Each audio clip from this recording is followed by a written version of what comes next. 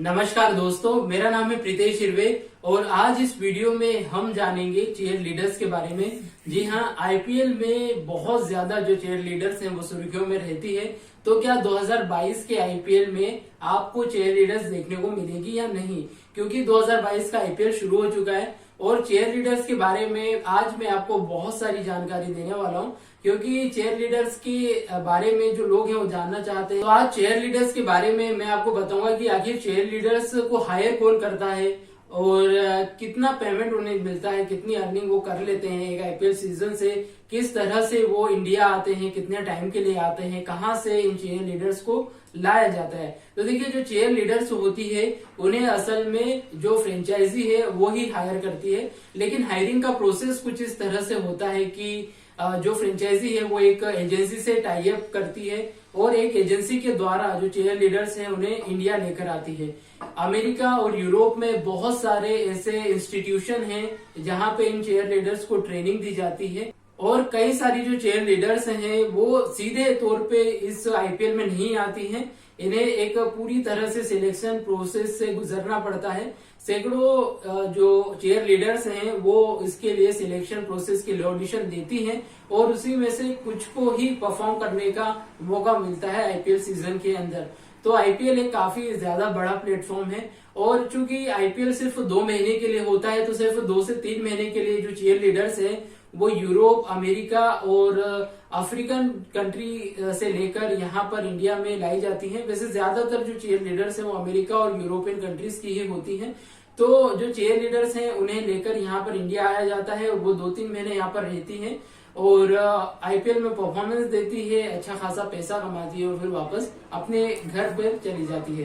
तो देखिए, अमेरिका से इसलिए लेकर आया जाता है, यूरोप से इसलिए लेकर आया जाता है क्योंकि वहां पर इसका एक पूरी तरह से बिजनेस ऑलरेडी सेटअप है और जो चेयर लीडिंग का जो कॉन्सेप्ट है वो कहीं ना कहीं अमेरिका से ही निकल कर आया है। साल 1898 में पहली बार चेयर लीडर का कॉन्सेप्ट जो है वो सामने आया था, जब एक फुटबॉल मैच के दौरान जो कुछ लड़के थे उन्होंने चेयर लीडर का जो किरदार है वो निभाया था। जी हाँ, उस समय जो लड़के हैं वो चेयर लीडर का काम किया करते थे, यानी कि मैच में जो लोग होते थे उनका जो मनोरंजन है वो लड़के किया करते थे।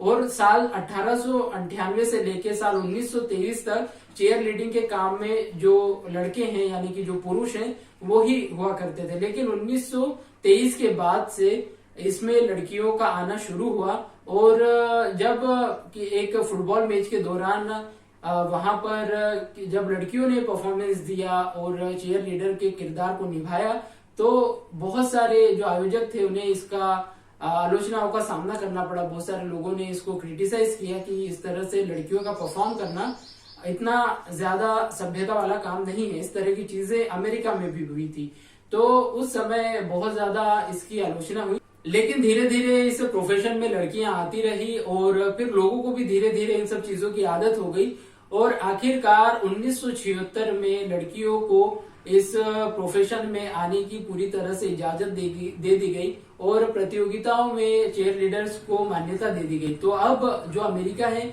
वहां पे बहुत सारे लीग मैचेस होते हैं, चाहे वो कबड्डी हो या फिर कोई दूसरे गेम हो, रग्बी हो और फुटबॉल, बास्केटबॉल हो, बेसबॉल हो, कुश्ती हो, आइस हॉकी हो, बहुत सारे जो खेल है उसमें चेयर लीडर्स को लाया ही जाता है।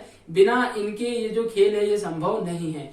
तो आज जो चेयर लीडिंग का जो प्रोफेशन है उसे आज के समय में जो देश पहले स्वीकार नहीं किया करते थे वहां ये पूरी तरह से आज एक्सेप्ट कर लिया गया है। अगर मैं वेस्टर्न कंट्रीज की बात करूं तो चेयर लीडिंग को वहां पर एक खेल के नजर से ही देखा जाता है। जब आईपीएल में पहली बार चेयर लीडर्स को इंडिया में प्रदर्शित किया गया था तब यहाँ पे भी कुछ कंट्रोवर्सीज हुई थी, लेकिन धीरे धीरे यहाँ पर भी इंडिया में भी लोगों ने चेयर लीडर्स को एक्सेप्ट किया और काफी ज्यादा लोकप्रियता चेयर लीडर्स की बढ़ी।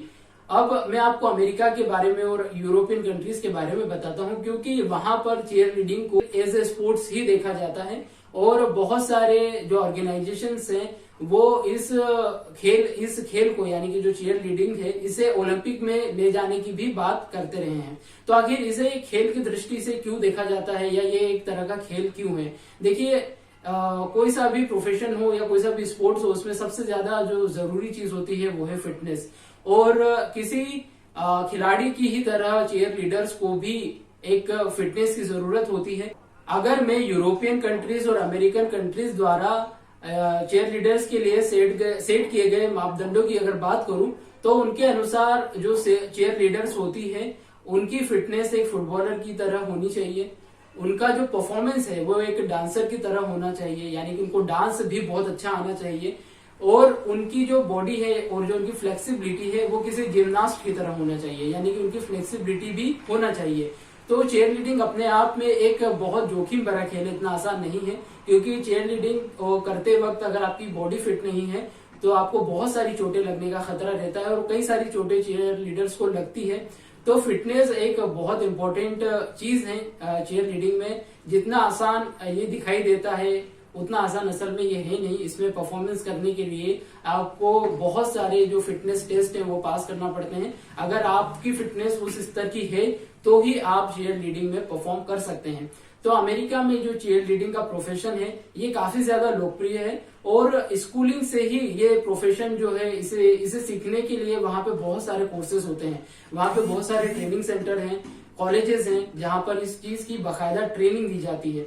तो अमेरिका में ये बाकायदा एक बहुत बड़ी बिजनेस इंडस्ट्री है, और चीयर लीडिंग से ही लोग काफी ज्यादा पैसा वहां पर कमाते हैं।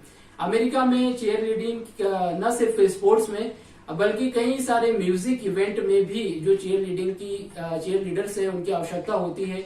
गारमेंट इंडस्ट्री को भी चीयर लीडर्स की आवश्यकता होती है। तो जो चीयर लीडर्स हैं अमेरिका में बहुत सारे इवेंट्स में काफी ज्यादा पैसा कमाती है।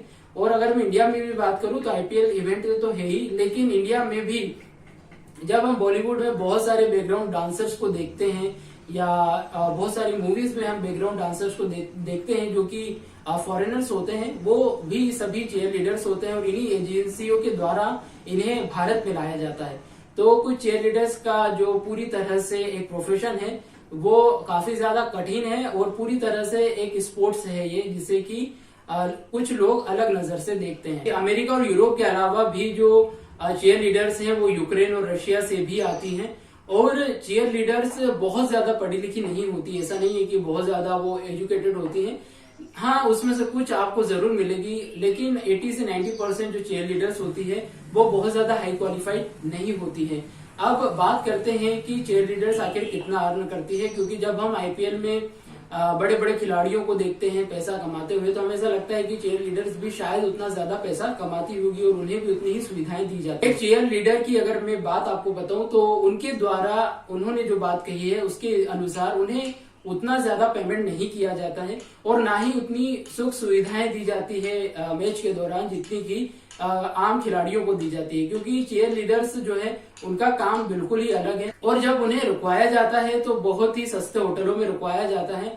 बहुत ज्यादा हाईफाई होटल्स नहीं होते हैं। कई बार जो चीयर लीडर्स हैं वो शिकायतें करती है कि जहां पर वो रुकी थी वहां पर बहुत ज्यादा कॉकरोच थे, साफ सफाई नहीं थी, चूहे थे, या खाना भी अच्छा नहीं मिला। इस तरह की जो शिकायतें हैं वो चीयर लीडर्स करती रही है।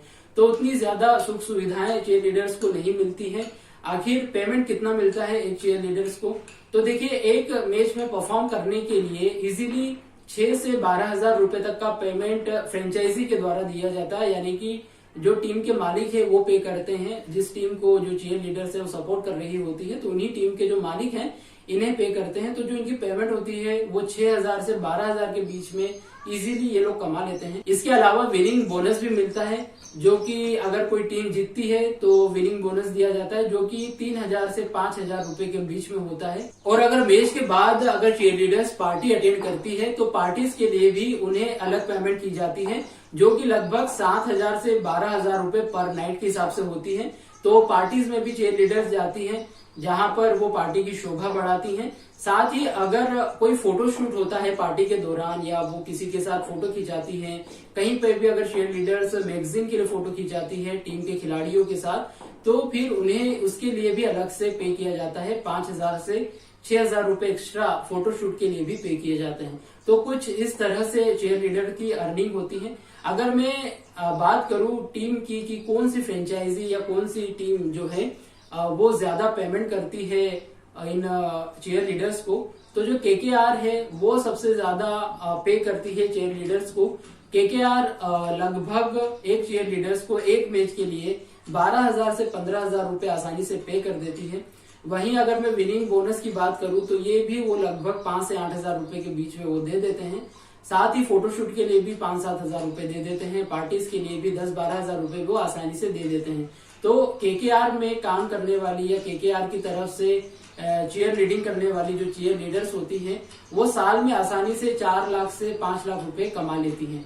तो जो चीयर लीडर्स हैं वो 2-3 महीने के लिए आती हैं इंडिया में और एक सीजन से लगभग 4 से 5 लाख रुपए आसानी से कमाकर चली जाती हैं। तो अब बात करते हैं कि क्या साल 2022 के आईपीएल मैचों में भी क्या आपको चीयर लीडर्स परफॉर्म करती हुई दिख सकती है। देखिए, इस बार कोरोना के कारण जो नियम है वो बहुत ज्यादा कड़े हैं और कुछ चुनिंदा ग्राउंड्स पर ही जो आईपीएल के मैचेस हैं वो खेले जा रहे हैं। पहले जो आईपीएल के मैचेस होते थे जो हम कोरोना काल से पहले देखते थे तो वो ऑल ओवर इंडिया में लगभग होते थे, लेकिन इस बार कुछ सिलेक्टेड ग्राउंड्स पे ही जो है आईपीएल के मैच खेले जाएंगे। और पिछली साल हमने देखा कि कितनी मुश्किल से जो आईपीएल है वो पूरा हो पाया था। तो इसी कारण से शायद ही इस बार आपको चीयर लीडर्स आईपीएल मैचों में दिखेगी। हाँ, हो सकता है कि साल 2023 के मैचों में आपको आईपीएल में चीयर लीडर्स दिख जाए, तो इस साल के आईपीएल में शायद ही आपको जो चीयर लीडर्स है वो परफॉर्म करती हुई दिखाई देगी। तो इस वीडियो में इतना ही। धन्यवाद।